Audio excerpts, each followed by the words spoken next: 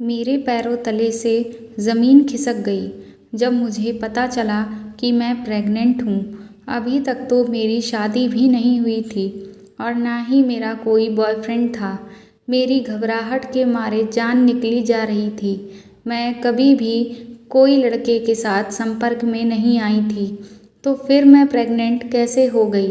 बस यही सोच मुझे अंदर ही अंदर खाए जा रही थी। दरअसल मैं एक मध्य वर्गीय परिवार में पली बड़ी बहुत ही साधारण सी लड़की थी। अपने माता पिता की इकलौती संतान और घर में मैं सबकी लाडली बेटी थी। 12वीं की कक्षा में अच्छे अंक लाने के बाद मुझे ग्रेजुएट के लिए देहरादून भेजना तय किया गया। पापा और माँ दोनों मायूस थे क्योंकि मेरी वजह से घर में शोरगुल और हंसी मजाक का माहौल बना रहता था। लेकिन अब मेरे जाने के बाद ये लोग भी अकेले पड़ जाएंगे। मेरे लिए भी जाना मुश्किल था क्योंकि मैं आज तक माँ पापा से कभी भी दूर नहीं रही थी। लेकिन मुझे अच्छी पढ़ाई के लिए बाहर जाना पड़ा क्योंकि पापा का मुझे इंजीनियर बनाने का सपना जो पूरा करना था। पैकिंग होनी शुरू हो गई थी। पापा मेरे लिए बाजार से सूखा नाश्ता लाने चले गए और इधर माँ सुबह से रसोई में कुछ बना रही थी मेरे साथ भेजने के लिए। खैर आज घर में भी वो सब बना जो मुझे पसंद था क्योंकि कल तो मैं जाने वाली थी। खाना खाकर सब सोने वाले थे कि माँ मेरे कमरे में आई और कहने लगी कि बेटी तू हमारी होनहार बेटी है और हमें तुझ पर नाज है। वहाँ अच्छे से पढ़ाई करना और कभी भी कोई दिक्कत लगे तो हमें बेझिझक बता देना। मैं माँ की गोद में सिर रखकर सो गई। दूसरे दिन गाड़ी आ गई और पापा भी तैयार हो गए मुझे छोड़कर आने के लिए। मैं अपना सामान वगैरह अच्छे से रखवा कर माँ के गले लगी और चली गई। अब वहाँ अच्छे से सब व्यवस्था करने के बाद पापा घर चले आए। मेरा वहाँ बिल्कुल भी मन नहीं लग रहा था। बार बार माँ पापा की याद आ रही थी, लेकिन कर भी क्या सकती थी। खैर कुछ दिन यूं ही निकले। पढ़ाई में भी अच्छा मन लगने लगा और वहाँ एडजस्ट भी हो गई थी। पढ़ाई में खूब मन लगा रखा था मैंने। कॉलेज के दौरान एक लड़के ने प्रपोज भी कर डाला, लेकिन मुझे इन सब में नहीं पढ़ना था। मैं मन से पढ़ लिख कर अपने माता पिता का नाम रोशन करना चाहती थी। कुछ दिन यूं ही निकले, तभी अचानक मेरी तबीयत खराब हो गई। चक्कर आने की वजह से मैं पढ़ाई भी ठीक से नहीं कर पा रही थी। मैंने घर पर फ़ोन किया।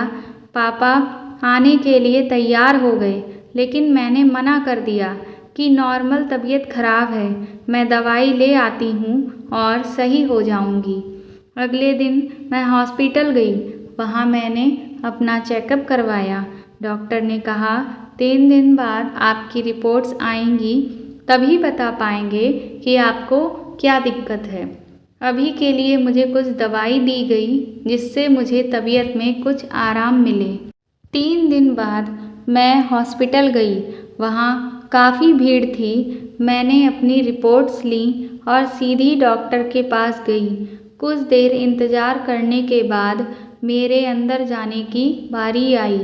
वहाँ जाकर डॉक्टर को मैंने रिपोर्ट्स दिखाई तो डॉक्टर ने मेरी तरफ अजीब सी निगाह से देखा और पूछा कि आपके हस्बैंड नहीं आए हैं क्या साथ में? मैंने कहा डॉक्टर साहब मैं तो अनमैरिड हूँ।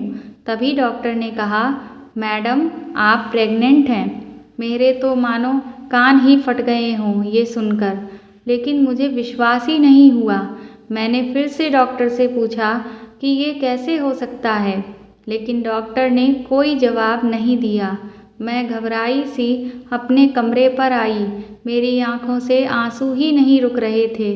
मेरे पैरों तले से ज़मीन खिसक गई थी जब मुझे पता चला कि मैं प्रेग्नेंट हूँ। मेरी ना अभी शादी हुई, ना मेरा कोई बॉयफ्रेंड था। फिर ऐसा कैसे हो गया? मैंने बिना देरी किए पापा को कॉल लगाया और कहा कि मुझे यहाँ से ले जाइए। वे लोग पूछ रहे थे बार बार कि क्या हुआ, सब ठीक तो है ना? लेकिन मैंने सिर्फ इतना ही बोला कि मुझे यहाँ से ले जाइए।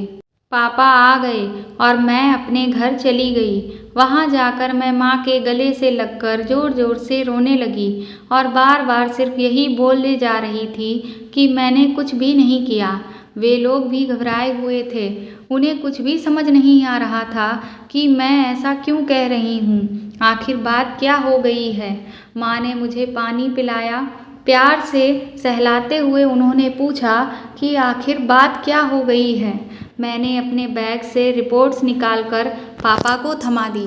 पापा ने रिपोर्ट्स देखकर सोफे पर वो बैठ गए।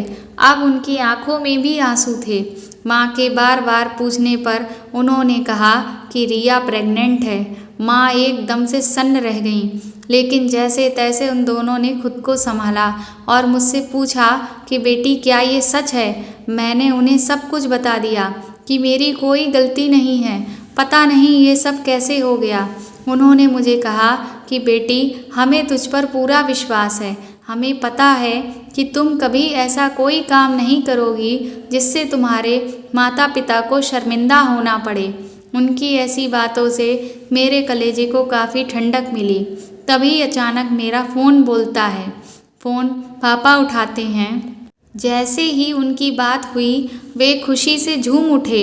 मैं और माँ उनकी तरफ देखने लगे कि ऐसा क्या हुआ कि वो इतना खुश हो रहे हैं। तभी फ़ोन कट होने के बाद पापा ने कहा कि बेटी ये तुम्हारी रिपोर्ट्स नहीं हैं, अभी हॉस्पिटल से कॉल था।